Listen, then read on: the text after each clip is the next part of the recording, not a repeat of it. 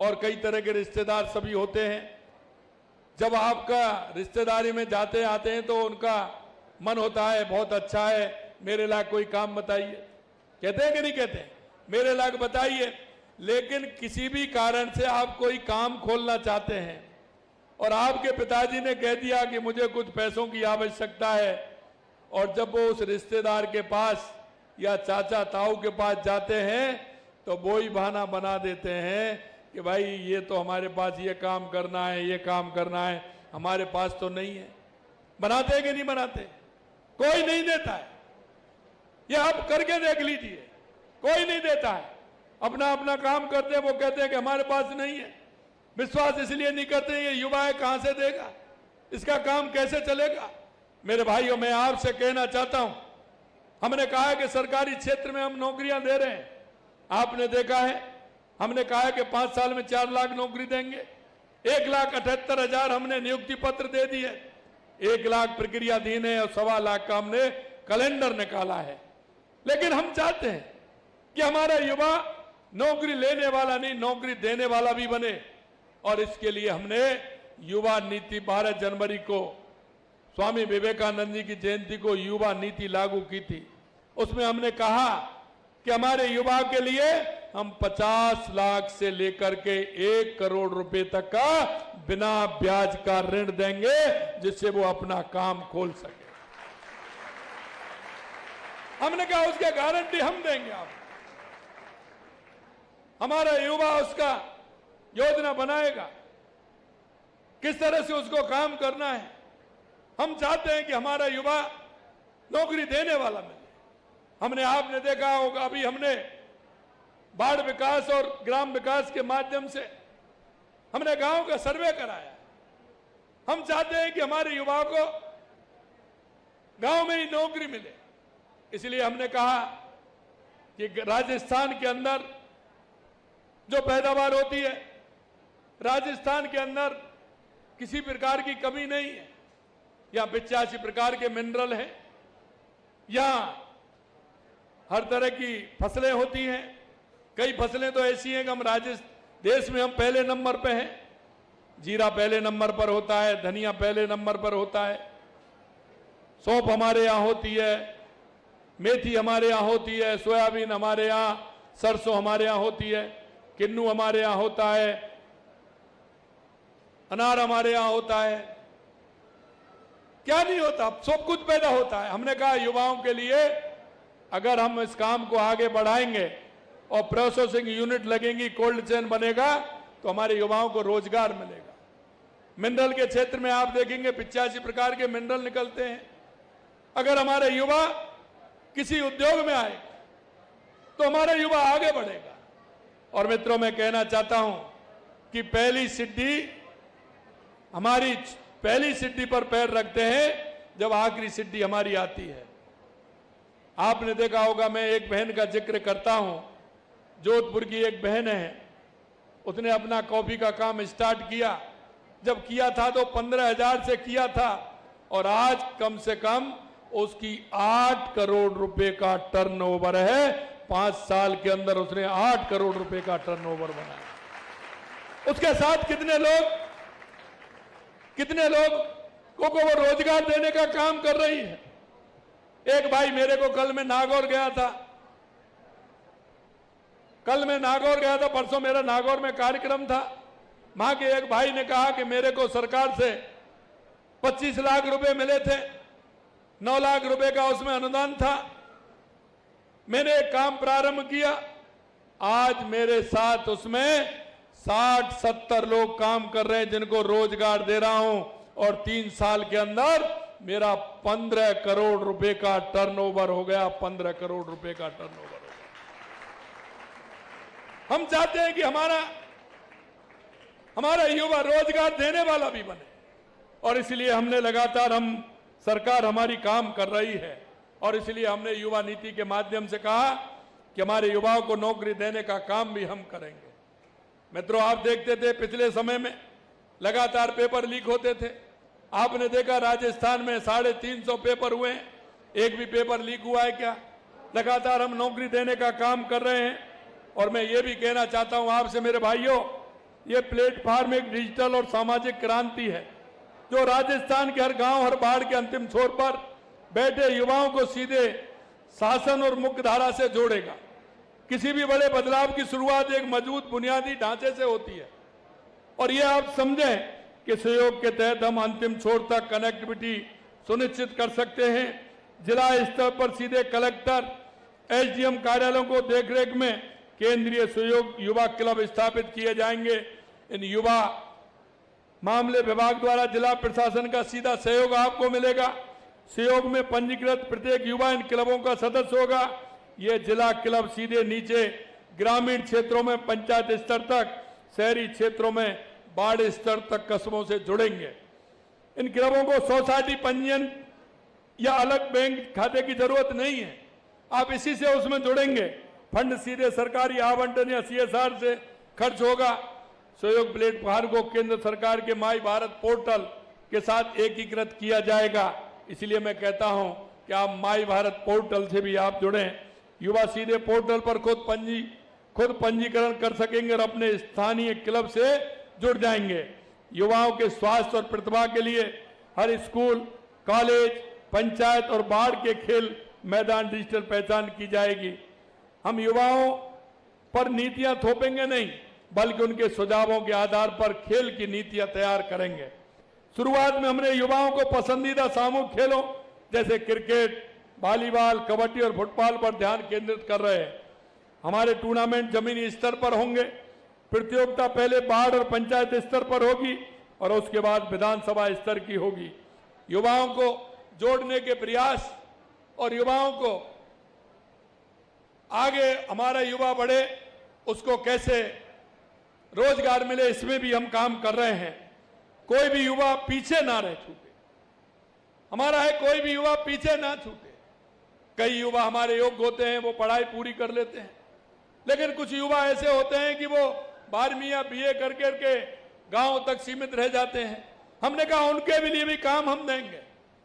मेरे मित्रों, राजस्थान बहुत पोटेंशियल है। लगातार आप देख रहे हैं कि राजस्थान के अंदर बहुत आवश्यकता है। मैं आपसे एक बात जरूर मैं कहना चाहूंगा, आज मैं आपके बीच में हूं और आप इसको सर्च भी करोगे कि आप गुजरात का या महाराष्ट्र का कोई भी व्यक्ति आपने अपने पड़ोस में, अपने किसी शहर में, अपने किसी गांव में काम करते हुए देखा है क्या? किसी होटल पर, ढाबे पर, कपड़े की दुकान पर, किसी बिजली की दुकान पर देखा है क्या? अरे बताओ, आपने देखा हो तो। किसी ने देखा है क्या? कोई नहीं है। मैं आपसे यही निवेदन करना चाहता हूं मेरे भाइयों, मैं इसलिए नहीं है कि वो उस काम से जुड़े हुए हैं जिसकी मैं जिक्र कर रहा था कि हमारे राजस्थान के अंदर इतनी पैदावार होती है, इतना हमारा खनिज होता है, इतना हमारा पर्यटन है। हम इनसे जुड़ करके हमारे युवाओं को रोजगार देने की ताकत राजस्थान रखता है। और इसलिए मैं कहता हूं कि हमारे युवाओं को ताकत को हमें पहचानना होगा। आप सभी देखते हैं कि अगर हमारी जो पैदावार होती है, मैंने कहा कि जालौर के अंदर हमारे जीरा होता है, ईसबगोल होती है, बालोतरा के अंदर अनार होता है, जैसलमेर के अंदर खजूर होता है, बीकानेर के अंदर मूंगफली से लेकर के कई पैदावार होती हैं। इस क्षेत्र में नागौर से लेकर के हमारे जोधपुर में मूंग की पैदावार होती है, तिल की पैदावार होती है। अगर आप आगे बढ़ेंगे तो इस एरिया में आएंगे, अलवर, भरतपुर में तो सरसों पैदा होती है। आप अगर बांसवाड़ा, डूंगरपुर में जाएंगे तो मक्का पैदा होता है। आप कोटा डिवीजन में जाएंगे तो धान भी पैदा होता है और सोयाबीन भी पैदा होती है। कितनी पैदावार होती है हमारे। अगर आप सवाई माधोपुर, करौली में जाओगे तो अमरूद पैदा होता है, आम पैदा होता है। क्या हम इनकी प्रोसेसिंग यूनिट बना करके, हम हमारे छोटे छोटे उद्योग लगा करके हमारे युवाओं को रोजगार नहीं दे सकते? हमने इसीलिए कहा है कि आप लाइए, हम हर क्षेत्र में प्रोसेसिंग यूनिट खोल रहे हैं। हमने जहां आवश्यकता थी वहां मंडी हम खोल रहे हैं। और यही नहीं मेरे मित्रों, राजस्थान में सबसे ज्यादा अगर कहीं सबसे ज्यादा अगर दूध का उत्पादन होता है तो वो राजस्थान में होता है।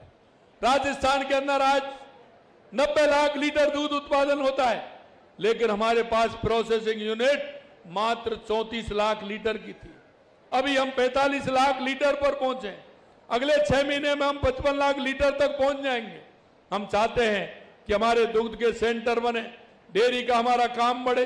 काम बढ़ेगा तो युवाओं को रोजगार मिलेगा।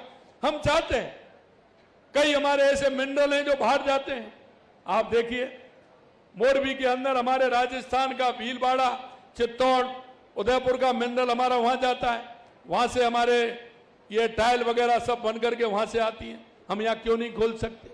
आज आपने देखा है, माननीय प्रधानमंत्री जी ने 4 तारीख को रिफाइनरी का उद्घाटन किया। कम से कम 1 लाख युवाओं को नौकरी मिलेगी, क्योंकि हमारे पेट्रोल पंप भी खुलेंगे, गैस एजेंसी भी उसके अंदर आएंगी, हमारी कोल्ड चेन भी बनेगी उससे, जिससे कि हमारा ये काम होगा। वहां हमारा पेट्रोकेमिकल भी आएंगे, जिससे कि हमारा प्लास्टिक का उत्पादन वहां बढ़ेगा। छोटी छोटी फैक्ट्रियां वहां लगेंगी।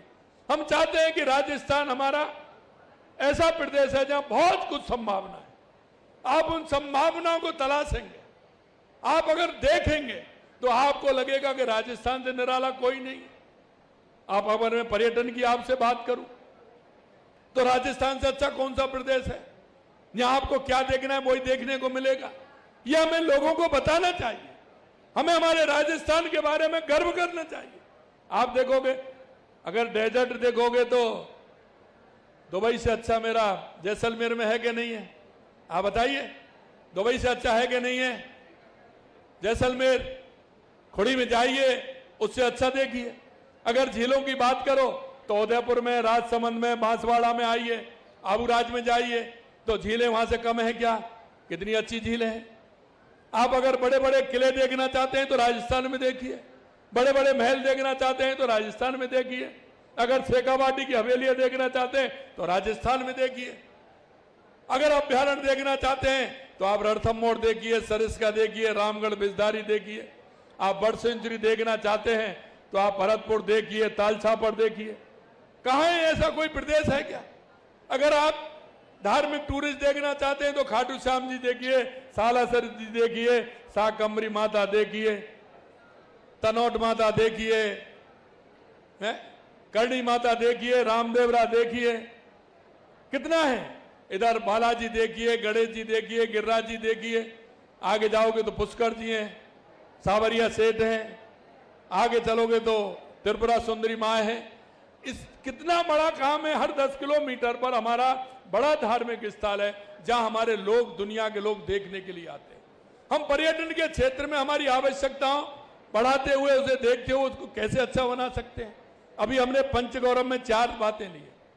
पंचगौरव में एक जिले का पर्यटन स्थल कौन सा है उसको हमने लिया है, एक खेल को हमने लिया है, एक वनस्पति को हमने लिया है, एक वहां क्या बनाते हैं, क्या बनाते हैं, कहीं हैंडीक्राफ्ट का काम होता है तो कहीं टेक्सटाइल का काम होता है, एक उत्पादन हमने वो लिया है। फसल कौन सी होती है ये हमने लिया है। पंच गौरव हमने बनाए हैं। अगर उनको हम देखेंगे तो निश्चित रूप से अनुभूति होगी। हमने हमारे स्थान को देखना चाहिए, उसके बारे में बताना चाहिए। मेरे जिले पर मेरा गौरव, मेरा जिला है तो उसमें मुझे गौरव करना चाहिए, मेरे प्रदेश पर गौरव करना चाहिए। इन सारे विषयों को लेकर के हम चलेंगे तो निश्चित रूप से हमारे राजस्थान का हमारा युवा हमारे इस राजस्थान को विकसित राजस्थान बनाने में बहुत बड़ी भूमिका निभाएगा।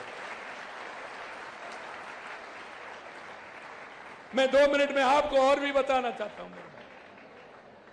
आपने देखा है कि राजस्थान में सबसे पहले पानी की कमी थी।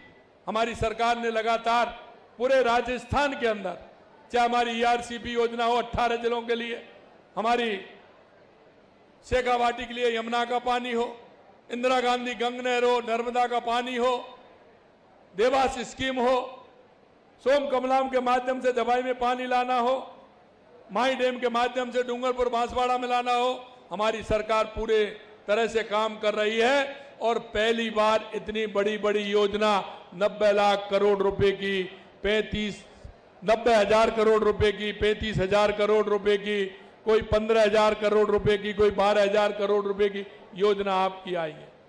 आप अपने गांव ग्रामीण क्षेत्र से जुड़े हुए कितने लोग हैं बताइए, एक बार हाथ खड़ा करिए। ग्रामीण क्षेत्र से जुड़े हुए, ग्रामीण क्षेत्र से जुड़े हुए काफी हैं।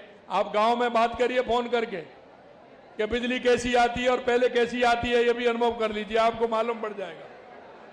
मेरे भाइयों, मैं यही कहना चाहता हूं, लगातार हम इस क्षेत्र में काम कर रहे हैं और हमने एक काम और किया है। अगर गांव में आप यूनिट लगाना चाहते हैं, गांव में कोई उद्योग लगाना चाहते हैं, तो उसमें भी हमने छूट दी है और उसमें भी आपको ज्यादा कुछ करने की जरूरत नहीं है। वहीं आपको पूरी लाइट मिलेगी, खेती को भी मिलेगी, उद्योग को भी मिलेगी, उपभोक्ता को भी मिलेगी, इसलिए कनेक्टिविटी भी मिलेगी, उसके लिए भी काम किया है। लगातार आप देख रहे हैं राजस्थान की दूरियां ज्यादा हैं, 9 ग्रीनफील्ड एक्सप्रेस हमने किए हैं जिससे कि दूरियां कम हो। मेरे युवा साथियों, हमने युवाओं को जोड़ने के लिए लगातार हम काम कर रहे हैं। महिला खेल और नेतृत्व जैसे विशेष कार्यक्रम के माध्यम से खेल और सामाजिक गतिविधियों में भागीदारी सुनिश्चित की जाए। स्वच्छता अभियान, डिजिटल साक्षरता जैसे स्वयंसेवक कार्य शिविर भी हमने आयोजित किए हैं। सुयोग चर्चा के तहत हमारे युवाओं को मेरे साथ सीधे संवाद, टॉक शो, वीडियो कॉन्फ्रेंसिंग के जरिए अब बात करने का मौका भी मिलेगा। माननीय प्रधानमंत्री जी के साथ बात करने का भी आपको मौका मिलेगा। प्लेटफॉर्म को सफल क्रियान्वयन तकनीक के लिए परीक्षण और वास्तविक प्रभाव को देखने के लिए शुरुआत है। बगरू और बारा विधानसभा को हमने अभी इन दो को लिया है। बगरू हमारी विधानसभा और बारा जिला हमने अभी लिया है। आगे हम पूरे राजस्थान के क्षेत्र को अलग अलग दृष्टि में हम लेंगे। मेरा आपसे यही है, ये सुयोग प्लेटफॉर्म के साथ ही हमने पिछले 2.5 साल में युवाओं को सक्षम और सशक्त बनाने के लिए अनेक पहल की हैं।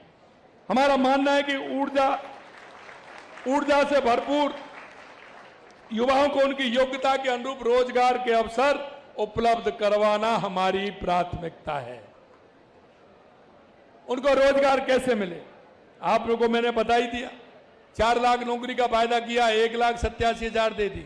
10 लाख हमने कहा है कि प्राइवेट क्षेत्र में देंगे, उसके लिए भी हमने लगातार काम कर रहे हैं। 4.5 लाख, क्योंकि हमारा राइजिंग राजस्थान हुआ था, उसमें 35 लाख करोड़ के एमओयू साइन हुए थे।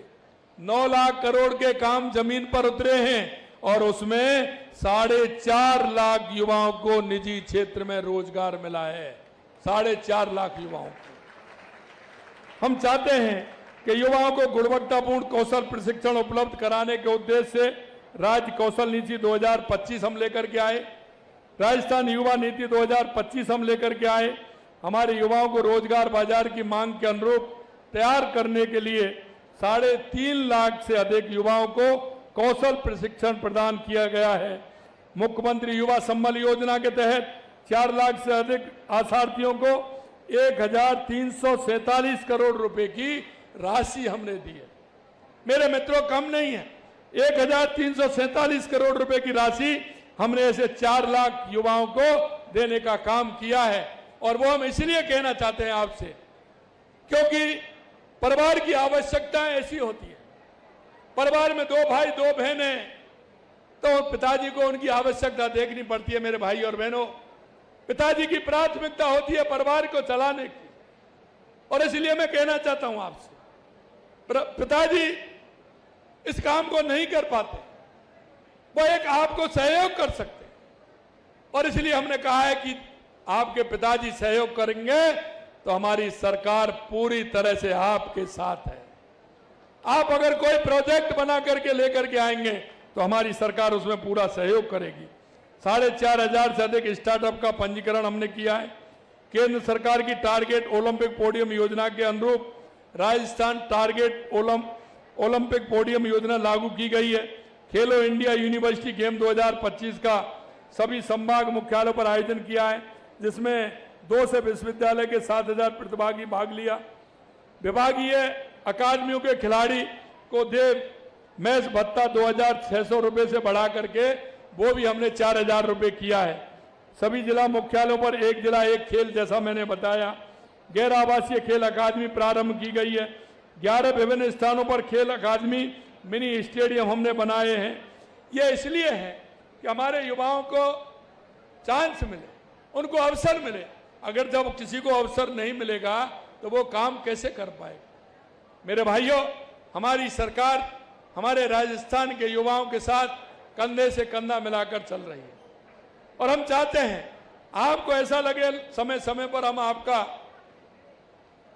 विचार, जो सुझाव आते हैं वो सुझाव भी हम आपसे लेते हैं। और आने वाले समय में लगातार हमारी सरकार, हम चाहते हैं कि प्रत्येक पंचायत, प्रत्येक वार्ड में युवा नेतृत्व करे, युवा विकसित हो, प्रत्येक युवा अपनी प्रतिभा के अनुरूप आगे बढ़े, राज्य के विकास में सक्रिय सहयोगी बने। इस दिशा में सहयोग राजस्थान के युवाओं के लिए सुंदर संयोग और सही अवसर है और इस अवसर का फायदा हम उठाएंगे। निश्चित रूप से हमारे राजस्थान को हम विकसित राजस्थान बनाएंगे और विकसित भारत बनाएंगे, इस आशा और विश्वास के साथ, क्योंकि देश के यशस्वी प्रधानमंत्री नरेंद्र मोदी जी ने कहा है कि हमारा भारत आज अर्थव्यवस्था के आज चौथे पायदान पर खड़ा है। आज से 10 साल पहले हमारा भारत 12वें पायदान पर था, आज चौथे पायदान पर आया है। आने वाले कुछ दिनों में हम तीसरे पायदान पर आएंगे। लेकिन माननीय प्रधानमंत्री जी का सपना है और माननीय हमारे उन पूर्वजों का भी सपना है जिन्होंने इस देश के लिए कुर्बानी दी, जिन्होंने इस देश के लिए किया कि हमारा भारत दुनिया का श्रेष्ठ देश होना चाहिए, नंबर 1 का देश होना चाहिए। हमारा राजस्थान का सहयोग भी उसमें पूर्ण रूप से रहेगा और मैं कहना चाहता हूं, आने वाले समय में हमारा भारत दुनिया की सबसे बड़ी ताकत बनेगा। ये हम आपको विश्वास दिलाते हैं युवा साथियों, और आप सब युवाओं की सहभागिता उसमें बहुत आवश्यक है। आप सभी का सहयोग उसमें रहेगा। आप आने वाले कल के हमारे वो युवा हैं जो इस भारत को मजबूती प्रदान करेंगे और इस भारत को आगे बढ़ाने में पूरा सहयोग देंगे। आप सभी को बहुत बहुत धन्यवाद। जय हिंद, जय भारत, जय राजस्थान।